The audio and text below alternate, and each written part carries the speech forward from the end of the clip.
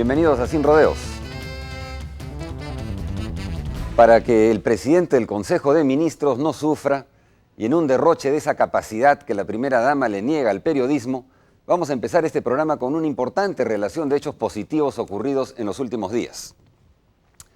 Un primer logro es que, pese al temblor de su mano, pero con la firmeza que aportaron varios ministros, el presidente Toledo se deshizo de León, o Pantaleón, si nos atenemos a su negocio familiar, el mismo día que promulgó la norma que modifica varios artículos de la Ley de Libertad Sexual, incrementando las penas contra quienes favorecen la prostitución. Con el cambio, el país ha ganado un ministro de Agricultura. Otro hecho positivo es que el ministro de Educación reaccionara rápido y contundentemente ante las denuncias de corrupción en las licitaciones del proyecto Huascarán, en la que se beneficiaron allegados al presidente Toledo. Sota Nadal suspendió a los funcionarios implicados y declaró en reorganización el proyecto Huascarán. El gobierno optó por no extender el contrato con Telefónica más allá del 2019 ante el incumplimiento por la empresa, de acuerdo con el informe de OCIPTEL, de varias de sus obligaciones contractuales. La medida, siempre y cuando no esté motivada por un mero afán reenganchador, como denuncian sus críticos, puede y debe contribuir a que se brinde un mejor servicio público. Se requiere, eso sí, firmeza en las negociaciones, que por lo demás pueden todavía extender el plazo del contrato. Positivo también es que el Ministerio de Justicia confirmara que la píldora del día siguiente no es inconstitucional ni ilegal, porque no atenta contra el derecho a la vida, y consecuentemente que diera luz verde para que la anticoncepción oral de emergencia sea incluida en los programas de planificación familiar.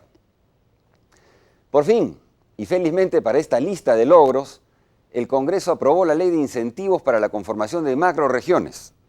De inmediato, las juntas de coordinación intrarregionales verán ampliadas sus funciones para el desarrollo de proyectos y quienes opten por el camino de la fusión tendrán acceso a beneficios económicos tangibles. Un paso adelante en el proceso de descentralización y ojalá preludio del otro paso que esta semana debiera darse con la aprobación de la ley del sistema de acreditación.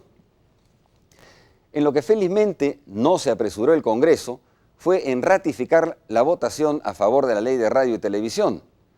Todavía parece posible que esta semana se enmienden algunos errores, como los señalados entre otros por el Consejo de la Prensa Peruana y la Veeduría Ciudadana de la Comunicación Social.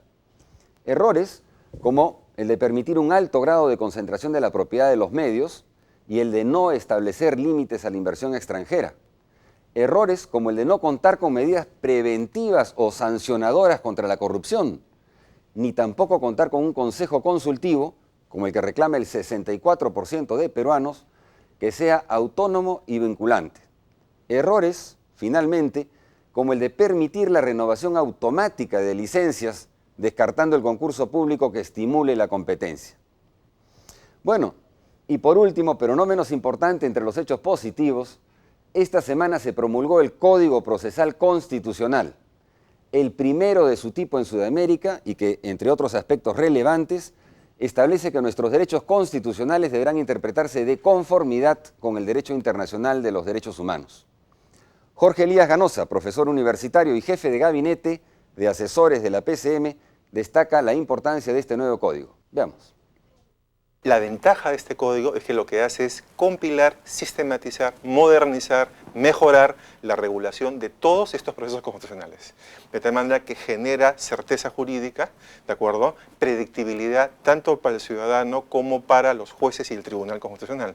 De tal manera que en lugar de tener una dispersión de leyes, como hay ahora cerca de 6 leyes, además con modificatorias, leyes que datan de hace 20 años para acá, hoy día tenemos una norma nueva, moderna, que compila, que está acorde con los avances procesales, con la jurisprudencia del tribunal y que el contenido principalmente lo que hace es precisar los derechos, el ámbito de tutela de los derechos, que el ciudadano puede pedir su protección ante el Poder Judicial y el Tribunal Constitucional y además también establecer las reglas procesales para que el Poder Judicial y el Tribunal puedan impartir justicia constitucional en tiempo oportuno. Bueno, muy a nuestro pesar y seguramente también del señor Ferrero y la señora Carp, no todo es color de rosa. Estamos con Carlos Rivera, abogado del IDL y del Consorcio Justicia Viva, para conversar sobre los más recientes disparates jurídicos. Bienvenido, ¿Qué tal, Carlos. Hans? ¿Cómo estás? Bueno, el primer disparate, bueno, no sé si es tan disparate tal vez, pero es este de la dormida de la Sala Penal Transitoria de la Corte Suprema, que por negligencia, tendríamos que decir, dejó sin una sentencia definitiva el caso de Lisier y este ha podido salir de prisión. Sí, efectivamente, ya nos hemos acostumbrado a comentar decisiones de la Sala Penal Transitoria en ese sentido, de emitir resoluciones rápidas cuando menos se espera o de no emitir resoluciones en casos como este. Efectivamente, Lisier ha podido salir en libertad, tal como legalmente está establecido, pero gracias a una omisión de la Corte Suprema, tal como tú has dicho, a una negligencia grave de la Corte Suprema. Su sentencia fue apelada y por lo tanto tenía el procedimiento de la impugnación y tenía la obligación de la Corte Suprema por lo menos de confirmar esa sentencia 6 años impuesta por la Sala Penal Anticorrupción. Y no se pronunció. No se pronunció en por lo menos 2 meses, que es, creemos, un tiempo más que suficiente para un tema como este, y eso ha permitido que Lisier solicite que él, estando en una condición aún de procesado, diga que ya cumplió 36 meses y por lo tanto le corresponde... O sea, con la mitad de la pena. Con la mitad de la pena, ¿no? En Claro. caso de que la Suprema hubiese por lo menos confirmado la sentencia, esa libertad recién se hubiese podido ejecutar cuando Lisier hubiese cumplido las 2/3 partes, que es según las normas de la Claro, o sea, un de, claro de leyes beneficio penitenciarias. en este caso para Lisier. Claro, ¿Y no hay se ha responsabilidad beneficiado. acá de los magistrados? Hay una responsabilidad de carácter legal, ¿no? Creo que los órganos de control del Poder Judicial, ya que el propio doctor Sibina ha hecho un lanzamiento, una campaña en la lucha contra la corrupción, deberían estar sumamente atentos a este no han tipo hecho de nada hechos. tampoco. Hasta ahora no tenemos ningún conocimiento que se haya tomado cartas en el asunto. Bueno, ¿no? este es un llamado a atención. Ojalá que estos órganos de control efectivamente tomen medidas para un caso semejante, porque no es el único. Esta misma Sala Penal Transitoria, para abordar el otro tema, acaba de abrir, según he visto en un artículo tuyo, un camino a la impunidad, pero escandaloso. Ha dicho que comprar un bien que fue adquirido con dineros obtenidos ilícitamente no es perseguible penalmente. Sí, eso es tal vez esto es mucho más grave que lo anterior, porque finalmente la conclusión que podríamos sacar es que la receptación, es decir, el reducir la figura de reducimiento de un hecho delictivo, finalmente no es delito. ¿En qué caso se ha presentado? En el caso de la cuñada de Enrique Benavides Morales. Todos sabemos, Benavides Morales ha sido uno de los más importantes socios de Montesinos en el tráfico de armas y en las comisiones indebidas en las Fuerzas Armadas, propietario de la empresa W21, grandes transacciones económicas y millonarias, obtenciones de dineros ilícitamente.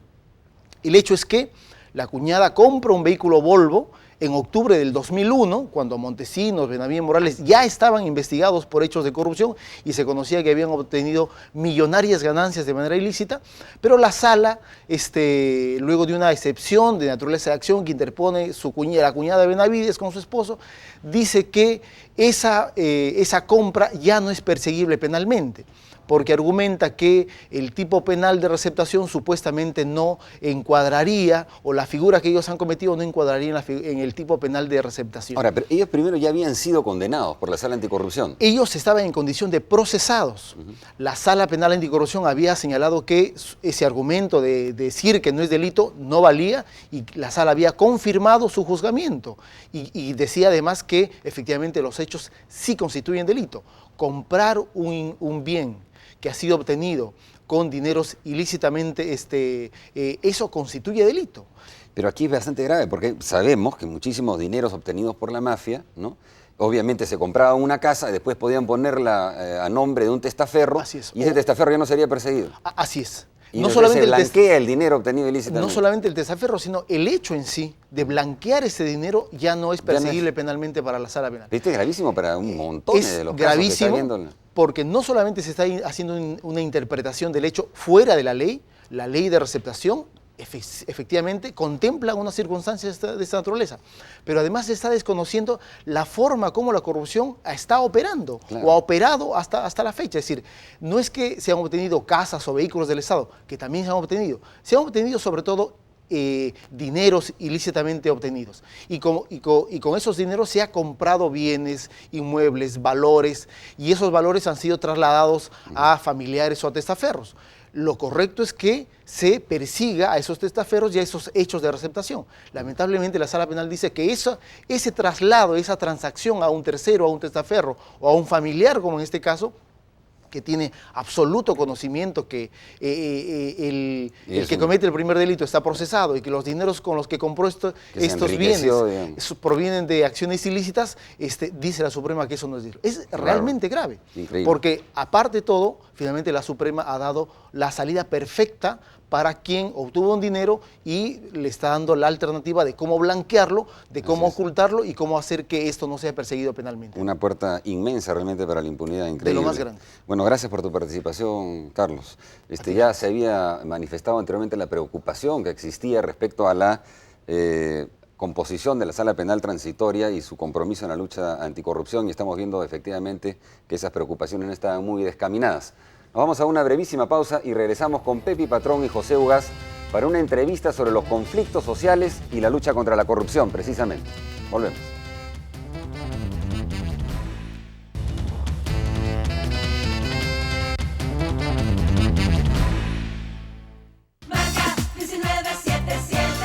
Habla y paga mucho menos. Llama a Estados Unidos, Canadá, Argentina, Chile, Italia y España y paga solo 7 soles por llamada de hasta 77 minutos. Sí, solo 7 soles por llamada. Marca 1977. Americatel.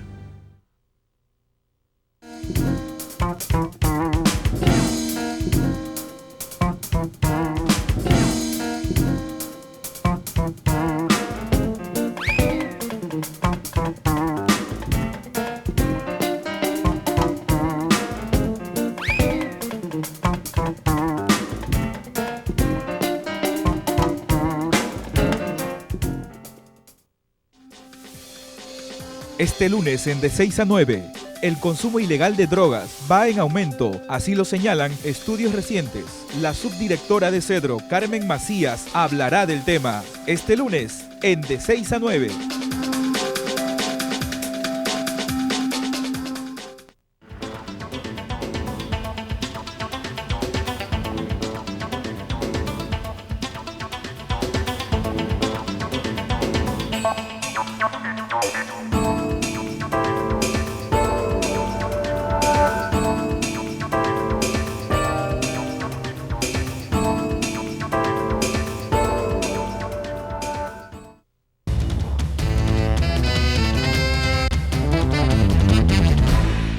Estamos con Pepi Patrón, que es presidente de Transparencia y profesora de Filosofía en la Universidad Católica, y con José Ugaz, presidente de Proética, para conversar sobre los conflictos sociales y la lucha contra la corrupción. Bienvenidos, ¿cómo están? Hola, buenos días. Gracias por venir al programa. Bueno, uno de los temas que está en el tapete últimamente es que muchos de los conflictos que existen en gran número de estos son en realidad, digamos, rebeliones de sectores de población contra sus alcaldes, ¿no? Denunciando justamente por corrupción a los alcaldes, en fin. ¿Qué refleja esto? El tipo de, digamos, hasta dónde se ha extendido la corrupción, hasta dónde la fragilidad de las instituciones. ¿Qué refleja este hecho de que en muchos distritos, en localidades menores especialmente, hay esta confrontación, digamos, por denuncias de corrupción en el ejercicio del poder local? Bueno, yo puedo decir en nombre de Proética que nosotros adelantamos desde el primer día que se organizó el país regionalmente que había un riesgo tremendo, y era que la descentralización del poder significara una descentralización de la corrupción. Lamentablemente, en la realidad nos ha venido dando la razón y el Perú no se preparó para eso.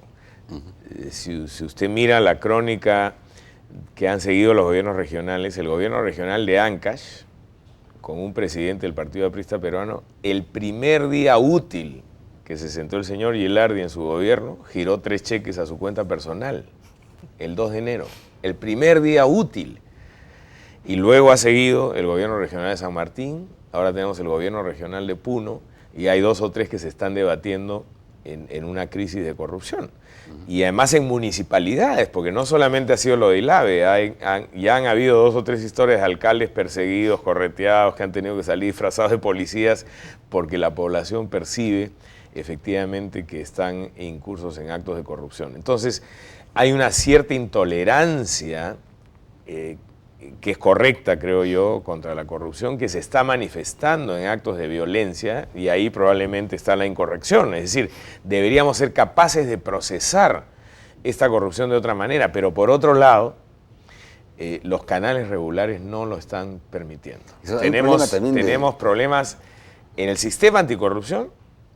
La primera instancia y la Corte Superior vienen funcionando con una eficiencia notable, diría yo, pero llegan a la Corte Suprema y empezamos a ver estas resoluciones muy sospechosas en las que empiezan a liberar gente, ciertos vocales que han adelantado opinión en otras circunstancias cuando no eran vocales y vinculados a alguna gente que hoy día está siendo procesada, que integran esas salas, están liberando personas. Entonces, ahora es un caso efectivamente que el Estado como tal falla muchas veces, pero otro es la ausencia de Estado. Bueno, yo creo que lo que estos casos muestran, aparte de lo que decía José en términos de descentralización de la corrupción, que en Transparencia también lo trabajamos con Proética, es el tema de la ausencia del Estado. O sea, lo que te muestran estos conflictos es que no hay cómo canalizarlos. Por un lado, una sociedad civil muy débil, muy poco organizada, que al final termina siendo, digamos, una rabia callejera en organizaciones que buscan canales, y a eso añadirle un Estado ausente. Creo que lamentablemente no hemos mirado, como hemos debido mirar, por ejemplo, el informe de la CBR, donde estaba cantado que esto se venía, porque el Estado no está, porque no hay instituciones presentes, no hay a dónde ir, el ciudadano no encuentra los canales de reclamo, y entonces estalla mal, digamos, porque degollar a un alcalde tampoco tiene sentido democrático, ¿no? Claro, exacto. Yo quiero invitarlos a ver rápido una nota que hemos hecho sobre los problemas que han habido en una población de 12.000 habitantes de Lagunas, ¿no?, que está a unas 5 horas en deslizador desde Yurimaguas, que, digamos, justamente en la labor de fiscalización del alcalde han sido absolutamente masacrados. Tienen un comité de masacrados ahora, ¿no? Podemos ver la nota que hemos preparado sobre Lagunas. Germán Yuyarima Coachi, un indígena Cocama-Cocamilla, difícilmente podrá olvidar lo ocurrido la madrugada del 20 de abril. Días antes, su comunidad tomó el municipio de Lagunas en protesta por las presuntas irregularidades cometidas por su alcalde, Rider Padilla Sinaragua. Sin embargo, no imaginaron la magnitud de las represalias. En esos momentos, los ojos estaban puestos sobre Ilave y la tensa calma reinante luego del asesinato de su máxima autoridad. Pero en la pequeña localidad del Alto Amazonas, en Loreto, donde también existe una débil presencia del gobierno, la tragedia volvió a rondar. Era 2 de la mañana donde empezó pues, a decir ellos, eran 3 grupos. Nosotros estábamos frente al municipio y escuchábamos un ruido que decía, ya hay que atacarla, decía. Tenían machetes, palos, fierros de construcción, cadenas de motosierra. Tenían una botella llena de gasolina. ¿Y ellos decían que venían de parte del alcalde? Sí, el alcalde también estaba ahí junto con su gente. Más de 35 personas resultaron gravemente heridas en el ataque. A Germán, un fierrazo en el rostro lo dejó medio ciego. Primero me golpearon acá en la cabeza, que tenía un roto en la cabeza, que ya se está sanando. Pero lo más grave era de mi vista, un solo golpe me tumbaron en mi calle de rodillo. Cuando quería reaccionar de la cabeza, que me habían golpeado con el palo, quería reaccionar es que me levanto, me mandan el golpe en la vista. ¿Con qué lo hicieron? Con un fierro de construcción. Los antropólogos Michelle McKinley y Bartolomé Dean, conocedores de la zona y comprometidos con el caso, tocaron varias puertas para que se inicien las investigaciones correspondientes. El gobierno central sí está respondiendo bien, está prometiendo investigar, mirar, ver, pero en el momento en que manden a alguien a la zona para hacer seguimiento, mi esposo es el único que se ha ido. Las víctimas que se han organizado en un comité de masacrados esperan una respuesta positiva del gobierno, pero su paciencia parece agotarse y la situación podría salirse de control. Que va a correr mucha sangre. Esta gente tiene muchas armas. Están fuertemente armadas